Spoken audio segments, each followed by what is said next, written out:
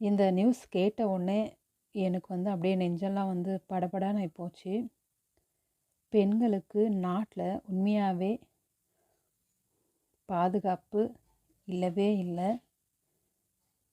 வேறு நாட்டில் கொடுக்குற மாதிரி தண்டனைகள் ரொம்ப கடுமையாக கொடுத்தா மட்டும்தான் நம்ம நாட்டில் இந்த மாதிரி ஒரு கேவலமான விஷயங்கள்லாம் நடக்காமல் இருக்கும்.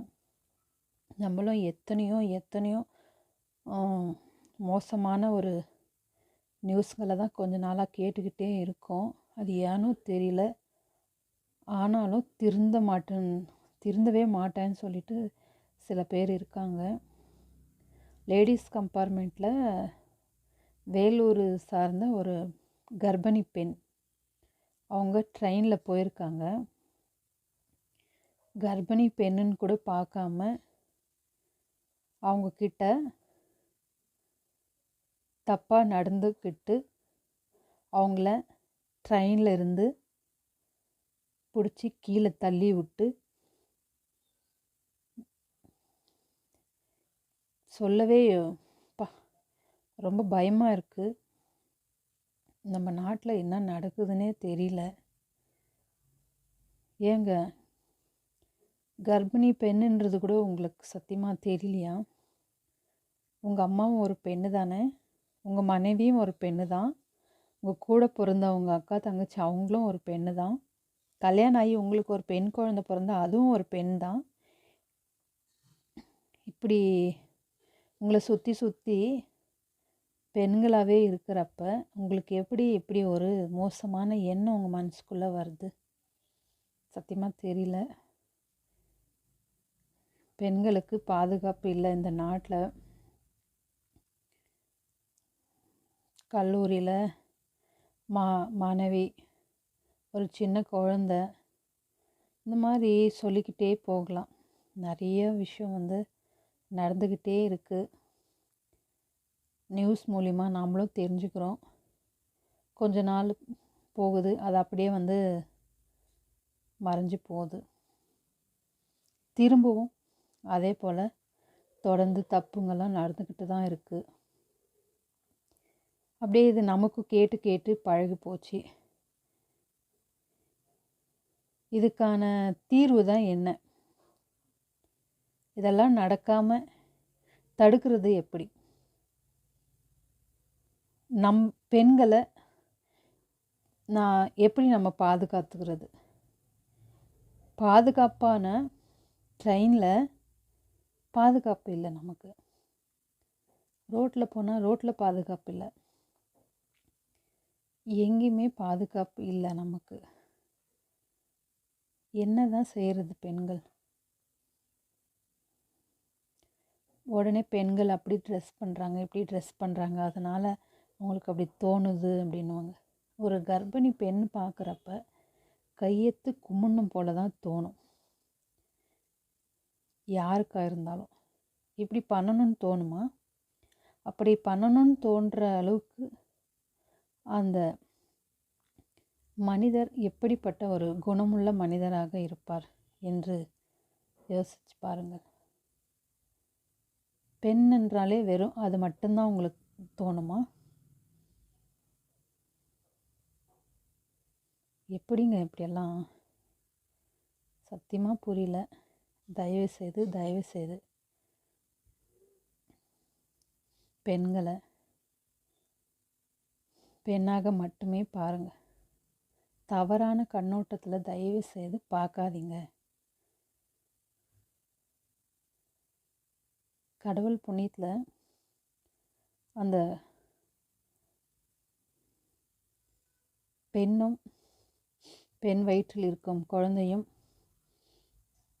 நலமுடன் இருக்க வேண்டும் என்று நான் வேண்டிக் கொள்கிறேன்.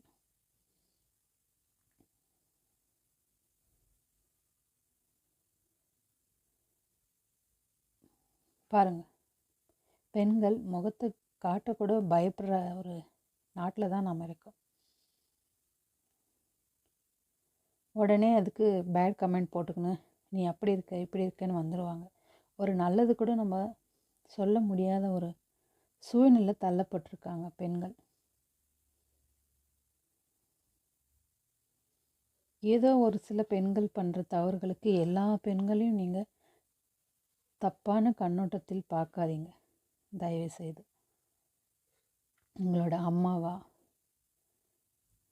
அக்கா, தங்கச்சி, இப்படி நீங்கள் மனசில் நினச்சி பாருங்கள். அவங்களுக்கு உதவி பண்ணணும் அப்படின்ற எண்ணம் மட்டும்தான் உங்களுக்கு வரும். வேறு கெட்ட எண்ணத்தை தூக்கி முதல்ல போடுங்க. நீ ஒரு ஆண் தப்பு பண்ணுறதுனால அந்த ஆணை பெற்ற தாயை அனைவரும் கேவலமாக பேசுவார்கள். எப்படி பையனை பெற்று வளர்த்து இப்படி காம வெறி பிடிச்ச ஒரு மனிதனாக வளர்த்து விட்டிருக்கிறாள் என்று திட்டுவார்கள். அது ஏன் உங்களுக்கு புரியவில்லை? நீங்கள் 10 நிமிஷம் 5 நிமிஷம் ஒரு அசிங்கத்தை செய்கிறதுக்கு புனிதமான உன் தாயை நீங்கள் ஏன் கேவலப்படுத்துகிறீர்கள்?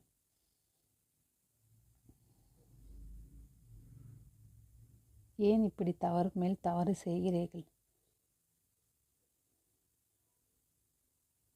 என்ன சொல்கிறதுனே தெரியல நண்பர்களே. கடைக்கு போக பயம், துணி கடைக்கு போக பயம், எங்கேயாவது பாத்ரூம் போனனாலும் பயம். பெண்கள்னாலே வீட்டுக்குள்ளவே 4 செவத்துக்குள்ளவே பயந்துக்குன்னு எங்கேயும் போகாமே இருக்கணும்னு நினைக்கிறாங்களா ஆண்கள்? தெரியல. வீட்டுக்குள்ளே இருந்தாலும் விட மாட்டேன்றாங்க. சின்ன வயசு குழந்தையிலேருந்து 60-70 வயசு பாட்டி வரை தவறாகவே பார்க்கிறார்கள்.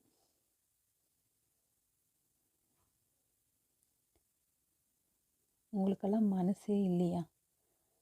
மனசுக்குள்ளே கொஞ்சமாவது உங்களுக்கு ஈரம் இருக்கா?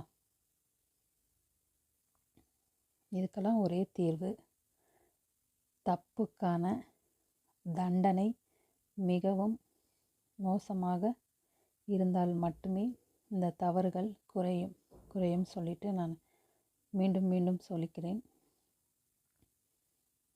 இவ்வளோதான் ஃப்ரெண்ட்ஸ். ஏதோ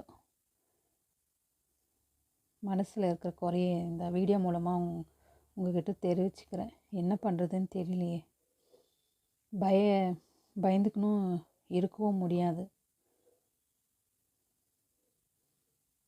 பாருங்கள், வீடியோக்குள்ளே பார்த்துட்டு உங்கள் கமெண்ட் என்னன்னு உங்கள் கருத்து என்னன்னு எனக்கு கமெண்ட்டில் சொல்லுங்கள். அடுத்த வீடியோவில் பார்க்கலாம். ரொம்ப கஷ்டமாக இருக்குது இந்த மாதிரி வீடியோவெல்லாம். நிறைய மோட்டிவேஷன் வீடியோ போகணுன்னு சொல்லிட்டு தான் நான் ஆரம்பித்தேன். நடக்கிறதெல்லாம் பார்த்தா ரொம்ப மோசமாக இருக்குது. நம்ம மனநிலையே ரொம்ப பாதிக்கப்படுது. அடுத்த வீடியோவில் பார்க்கலாம். Bye friends.